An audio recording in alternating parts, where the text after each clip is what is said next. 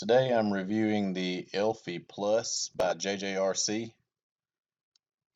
This is a foldable selfie drone, as they call it. It's very compact and portable.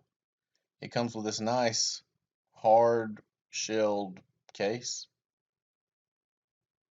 for easy transportation. You can pack it into a bag or suitcase. It's got this nice carbon fiber design and a zipper closure. And if we unzip this, I'll show you all the contents.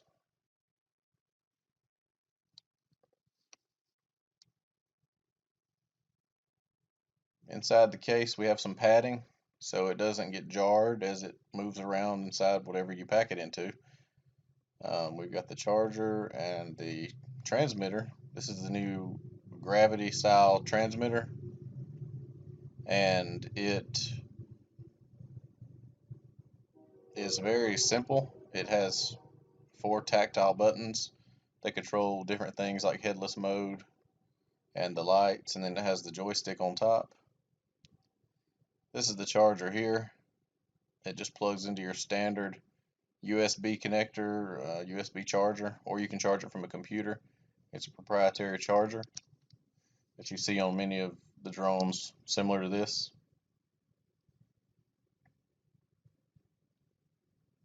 And then we have the drone itself, the Elfie Plus Quadcopter. It's very compact. It comes with a nice little toolkit here with a screwdriver and spare props, and then some little pads for the feet. It already has pads on the feet, but you can replace it. And as you see, the case itself is molded to fit the drone. So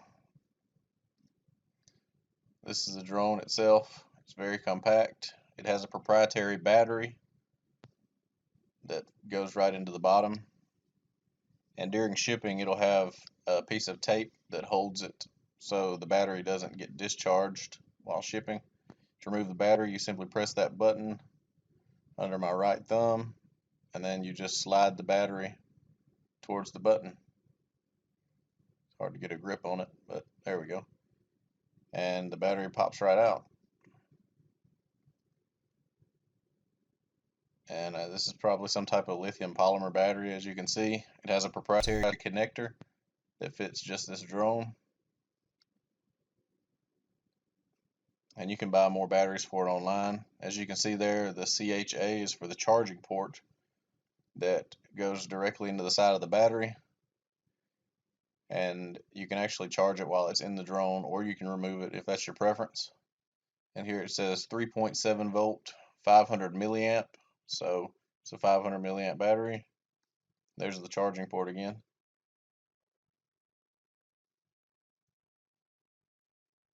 And there's where the battery will sit, and the built-in connectors in the battery bay. And you can see from this view all of the legs folded in. This is the camera, and it does tilt. It'll tilt 90 degrees all the way down, or you can use it straight ahead for forward flight. The drone is well built for a toy grade quadcopter. The arms easily fold out and they lock into place, so they're not going to fold up on you while you're flying. It's lightweight and seems to be a durable design.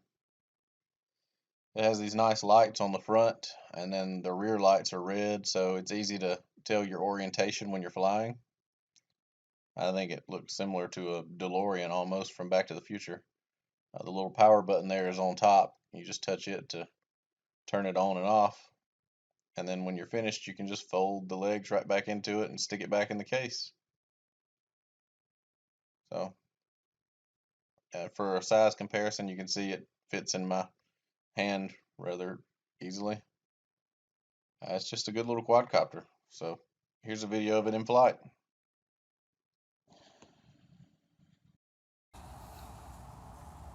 Alright, it's actually raining at the moment, but I'm going to do a quick flight just to demo how it flies. And this controller is interesting. I haven't really gotten used to it yet. I'm a more traditional kind of guy, but I'm going to give it a shot and try to do the best I can, holding the video in one hand and transmitter in the other. We'll see how it goes. Power on the drone. As you can see, the lights are flashing. Turn on the transmitter and bind it. Actually, it's going to be forward. So what I'll do to take off is just press down on this button here. And the blade starts spinning. I can just throttle up with the stick.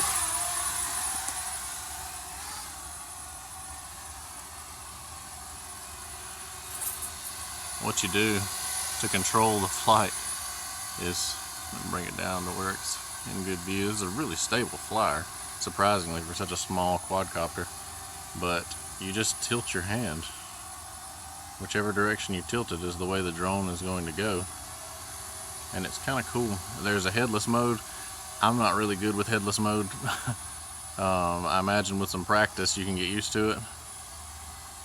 But the little joystick does fine for turning, as you can see. And then you just tilt to control the other axis.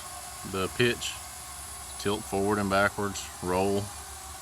You tilt it left and right.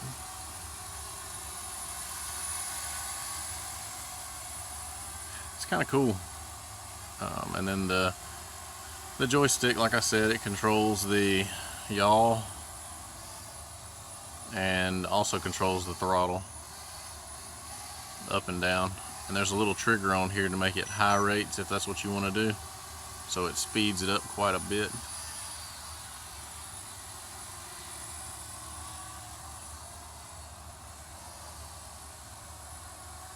Looks kind of like a DeLorean in the air. It's a pretty cool little quadcopter. I'm actually very happy with it.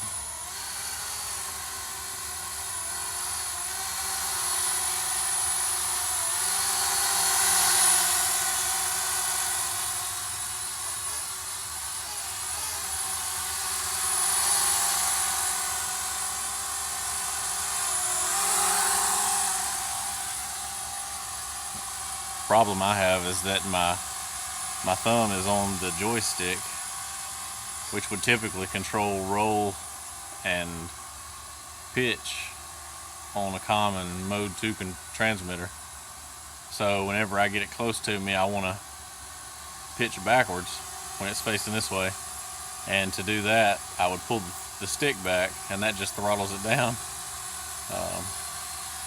But you know, with some practice you get the hang of it.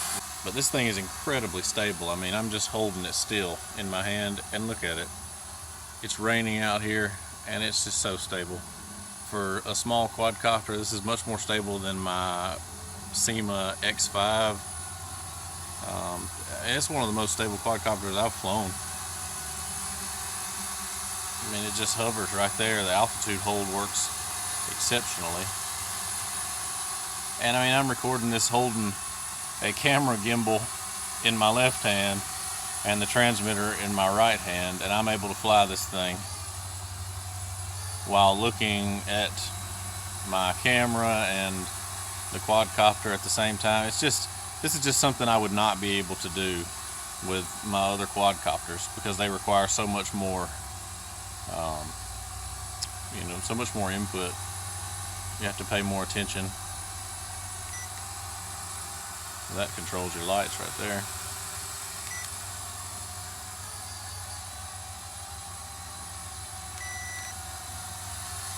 There we go. There's headless mode.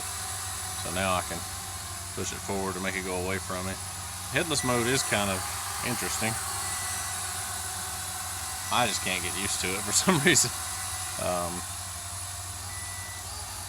Because I've flown for maybe 15 or so years. I've been flying radio controlled planes and then now drones, and it's just unnatural to me. When something is looking at me, I want to go the opposite direction, because that's what we're trained to do. Everything's backwards when it's coming towards you.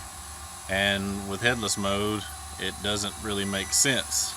It's hard to kind of rewire your brain, so it's easier for me to just use the standard regular mode. But all in all, it's a great little quadcopter. And durable.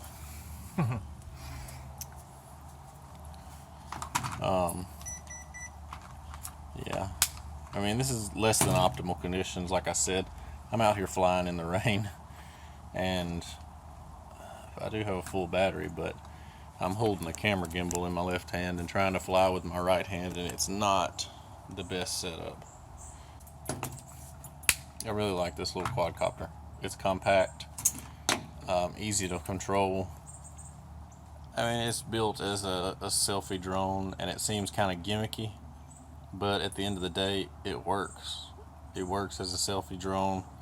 It would be perfect to pack in a little backpack or something if I was going somewhere scenic, or like on a little vacation or something, and I just wanted some simple shots, maybe over the beach or something.